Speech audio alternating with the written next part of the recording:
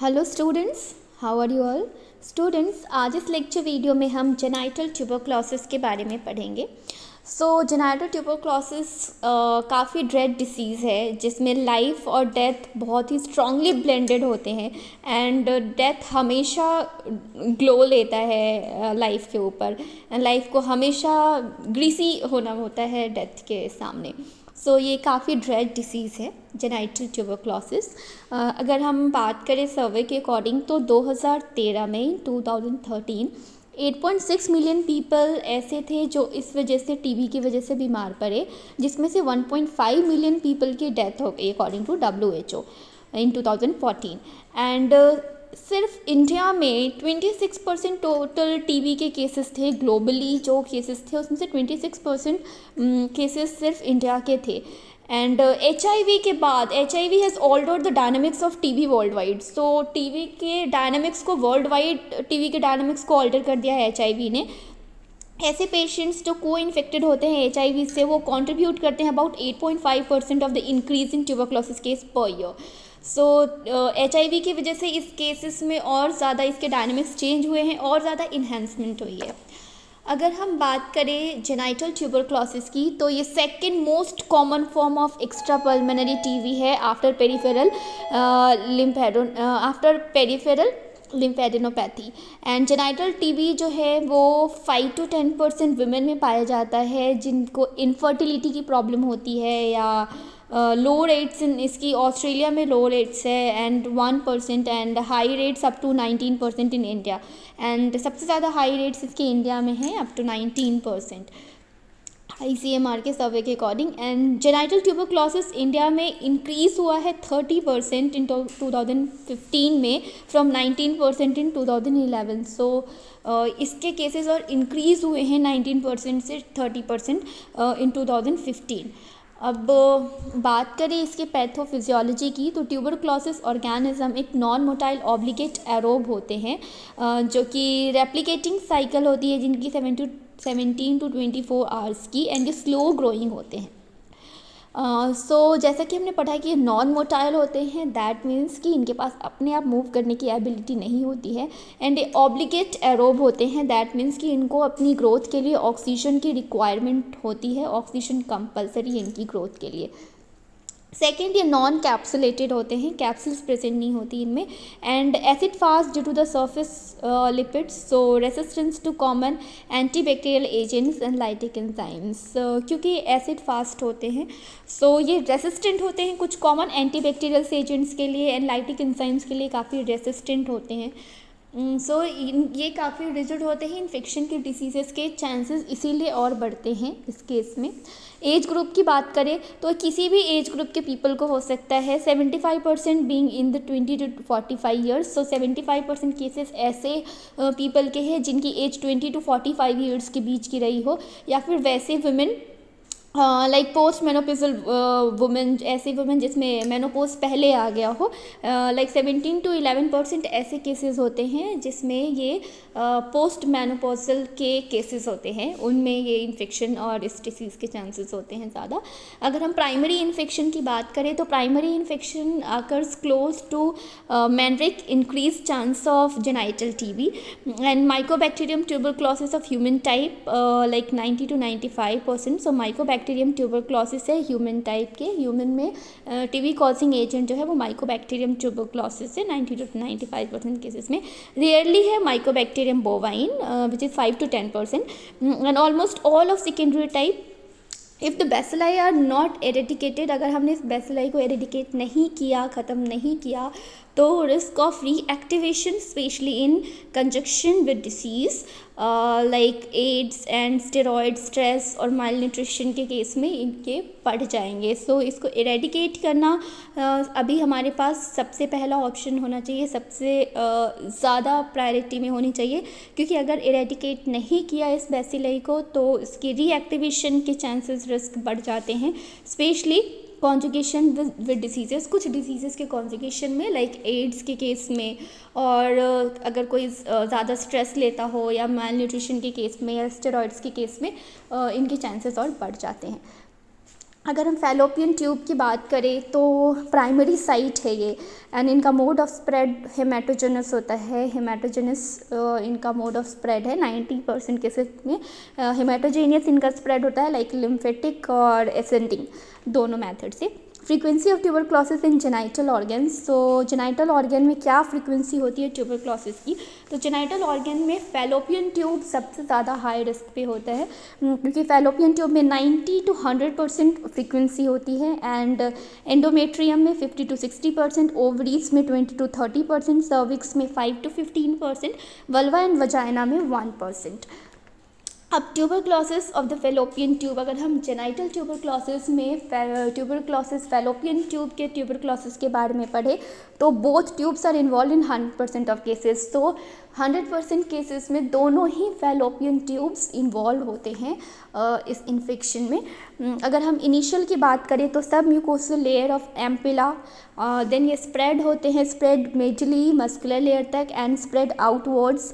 Then अगर हम बात करें कि अगर वो मीडियली मस्कुलर लेयर तक स्प्रेड होने के बाद fibrosis, segmental thickening, tobacco pouch appearance होती हैं, एंड देन ये पायोस्पेनिक्स एंड सेलिपेंजाइटिस, इशीमिया, नोडोजा इन्फेक्शन कॉज करते हैं। अगर ये आउटवर्ड स्प्रेड हो रहे हैं तो ये perisalpingitis with exudation, dense adhesion and then tubo ovarian mass, इसमें भी इसकी अपीयरेंस इकट्ठा हो जाता है। अगर हम टाइप्स ऑफ ट्यूबरक्लोसिस सेल्पिंजाइटिस की बात करें तो ये दो टाइप के होते हैं, एक्सक्यूडेटिव एंड प्रोडक्टिव अडहेसिव। सो अगर हम सबसे पहले एक्सक्यूडेटिव की बात करें तो एक्सक्यूडेटिव में क्या होता है, acute phase of the process होता है, and large Pyosalpinx may form. Frequently, the organs contain a large amount of seizous material pus or purulent exudate show few adhesions. So इसमें adhesions काफ़ी कम दिखते हैं और इसमें काफ़ी ज़्यादा अमाउंट में पस का एक्यूमुलेशन हो जाता है। अगर हम प्रोडक्टिव एडहेसिव की बात करें तो ये बहुत ही फ्रीक्वेंटली लैप्रोस्कोपी और लैप्रोटोमी के केसेस में देखे जाते हैं।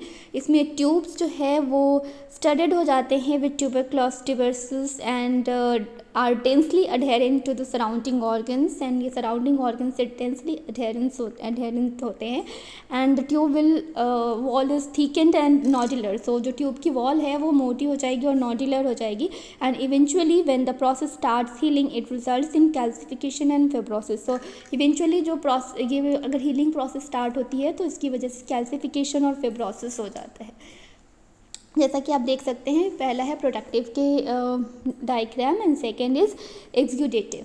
सो सेकेंड एक्सक्यूडेटिव के डायग्राम है, एक्सक्यूडेटिव लेस एडहेसिव होता है एंड प्रोडक्टिव मोर एडहेसिव होता है with other organs, densely adhesive होते हैं। ट्यूबरक्लोसिस ऑफ एंडोमेट्रियम, अगर हम एंडोमेट्रियम ट्यूबरक्लोसिस की बात करें तो यूट्रस क्या होता है, tubercle at basal layer of the endometrium, endometrium के बेसल लेयर में ट्यूबरसल्स होंगे, then shed at each menstruation, so each menstruation में शेड ऑफ होंगे, देन री इन्फेक्शन होगी एंड देन एंडोमेट्रियल अल्सरेशन हो जाएगी एंड फाइनली एशिमेंस सिंड्रोम हो जाएगा। Then tubercles at basal layer of endometrium, then क्या हो सकता है, मायोमेट्रियम 2-3% केसेस में होता है, देन सिटेशन हो सकता है, and then pyometra like post menopausal women में ये चांसेस इसके होते हैं, पोस्ट मैनोपॉजल वुमेन हो जाएंगी वो। अगर हम tuberculosis of the vulva and vagina की बात करें तो ये काफ़ी रेयरेस्ट फॉर्म है जेनाइटल टीबी का, 1% ही केसेस होते हैं जेनाइटल टीबी केस के, एंड ये हो कैसे सकते हैं, तो सेक्सुअल पार्टनर्स जो है वो सोर्स ऑफ इन्फेक्शन हो सकते हैं। एंड अगर हम बात करें वल्वा की तो ये बिगिन होते हैं as a nodule on the labia. So क्या होता है कि लेबिया पे नोड्यूल की तरह फॉर्म होंगे या फिर वेस्टिबुलर रीजन ब्रेक डाउन होगी एंड इरेगुलर रेग्ड अल्सर होंगे, sometimes with the sinus discharge, sometimes with the sinus discharging caseous material and pus and as a hypertrophic irregular watery growth. And अगर हम vagina की बात करें तो ये simulate करते हैं carcinoma in its gross appearance. So gross appearance में कार्सिनोमा सिमुलेट करते हैं। बेसिकली इनको डायग्नोस कैसे किया जा सकता है वो पढ़ने से पहले हम पढ़ते हैं टीबी ऑफ पेल्विस। पेल्विस की टीबी क्या होती है, तो ट्यूबरक्लोसिस एडेनिटाइटिस एंड मेसेंट्रिक और pelvic lymph nodes is TB of pelvis, and pelvic TB is not the same disease as genital TB. So pelvic TB same नहीं होते हैं genital TB की तरह. Frozen pelvis क्या है? DDS of frozen pelvis is what? So florid genital tuberculosis, grade 3rd, grade 4th pelvic endometriosis, advanced invasive carcinoma of cervix following the radiotherapy for invasive carcinoma of cervix.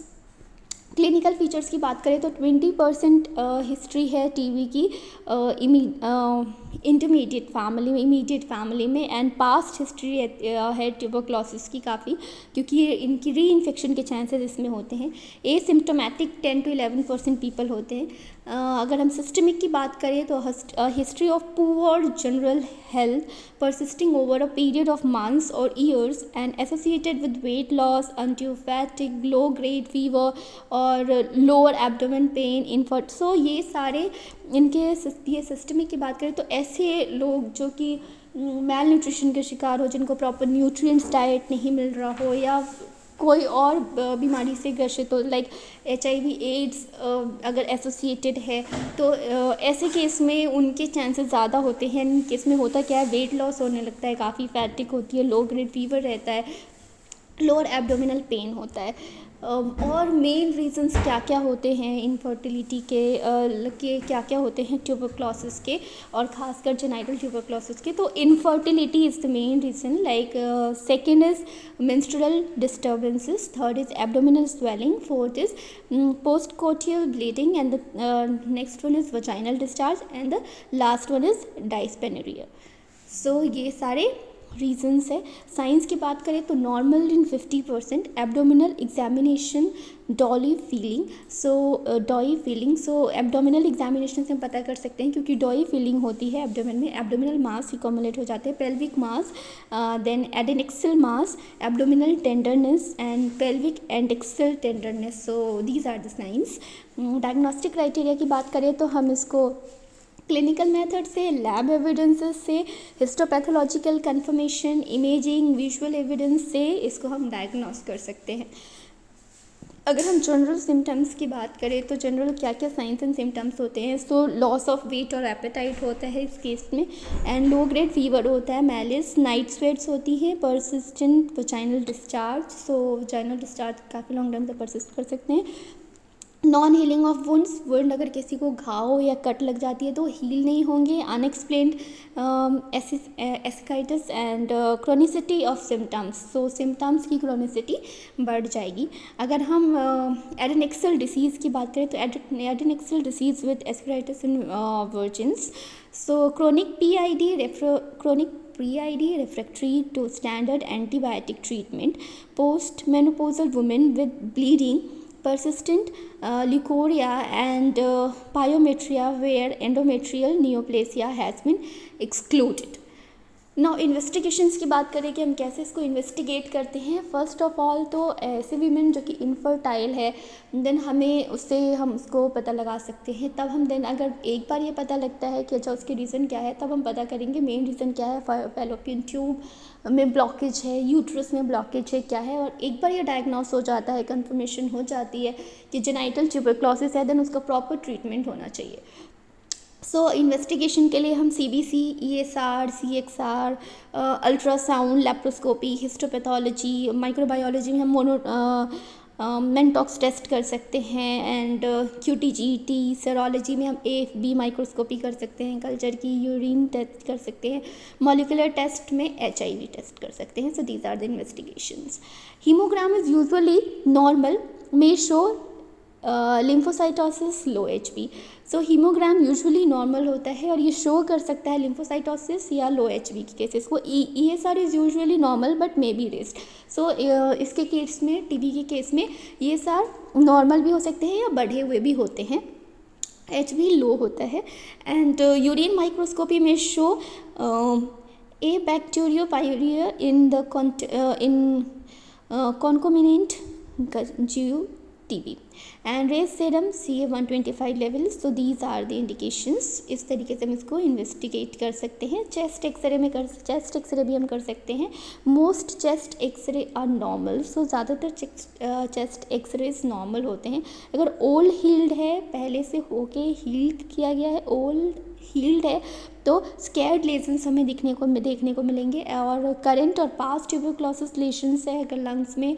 And military tuberculosis if disseminated tuberculosis. So these are the chest x-ray investigations. So thank you so much students. I hope आपको पढ़ के अच्छा लगा होगा. Thank you.